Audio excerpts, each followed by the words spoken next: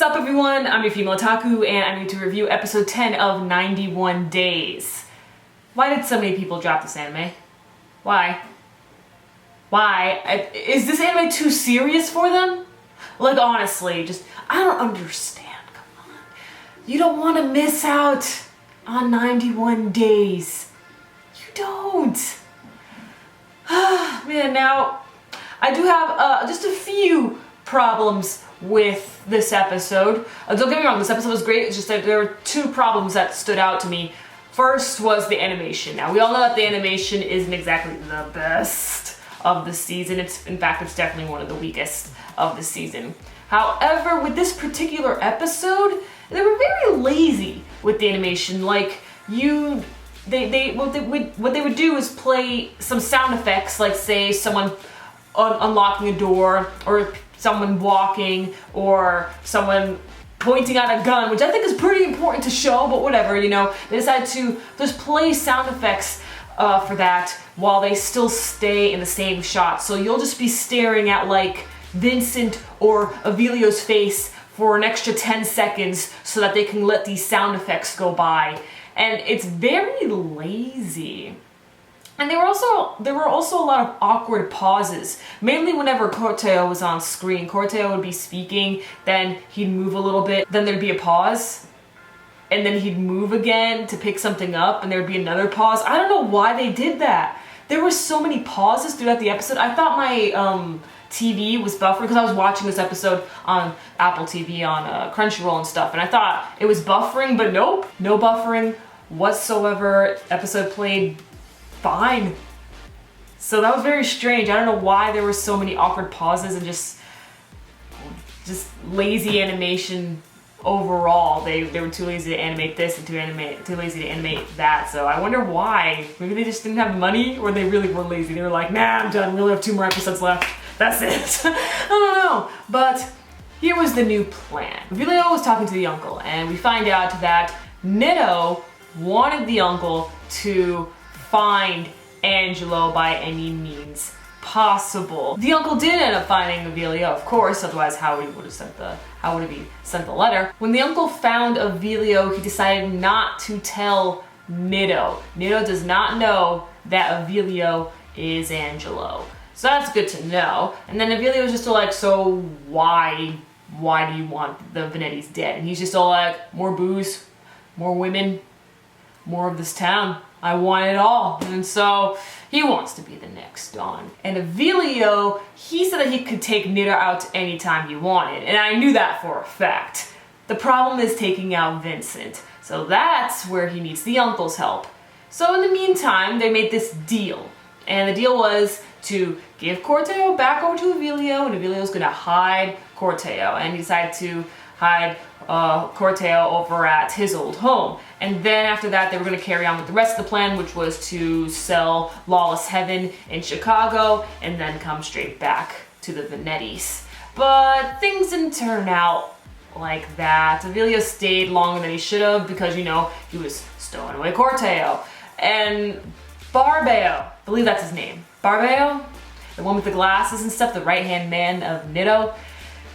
It's been obvious for a while that he's having it out for Avilio. He doesn't trust him at all, but it's like what Corteo said. He also feels threatened that Avilio is going to take his spot as Nito's right-hand man. Right now, the Venettis are trying to focus on their truce with the Glacias, but Barbeo just keeps on interrupting everything, trying to expose Avilio. He ended up finding out about Corteo, and Corteo ended up coming back because the uncle called and he's just all like, listen, we need you to come back for you to save Avilio. And so Corteo came back, and this is where it got intense. You see, before I explain about where it went intense, there was the other flaw that I had with this episode.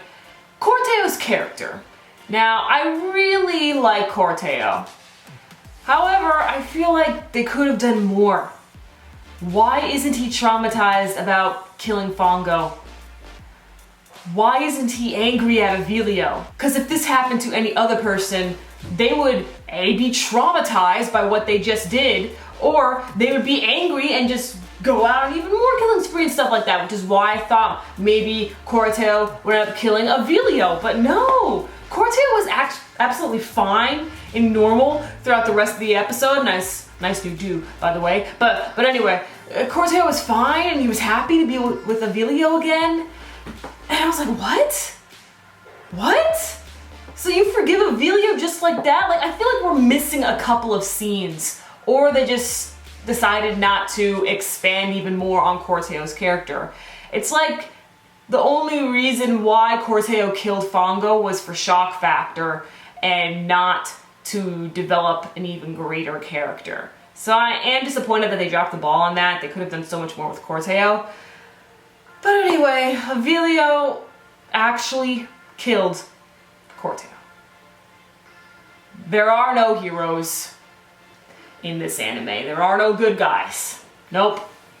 I always like those kinds of animes where there's no good guys whatsoever. Like, for example, Hellsing Ultimate or Black Lagoon.